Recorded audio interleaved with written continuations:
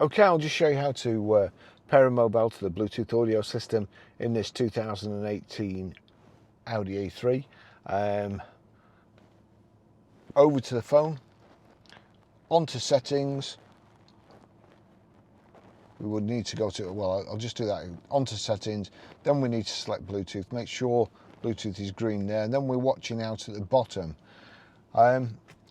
Sometimes it will just come up automatically, but over here, you need telephone, so you click this button back, connect mobile phone, select again, that says continue, so select again, Audi MMI 8161, that's what we want, and Barry's iPhone 13 Pro, so click on that.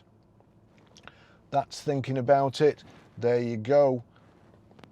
Barry's iPhone 13 Pro is requesting to connect to the MMI, accept, yes. Does this pin match the pin on your Bluetooth device? Yes, it does. And now we can click pair. Allow contacts and favorites to sync, allow.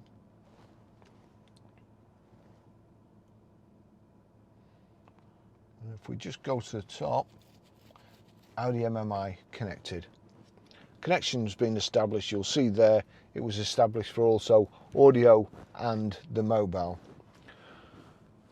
That's how you do that.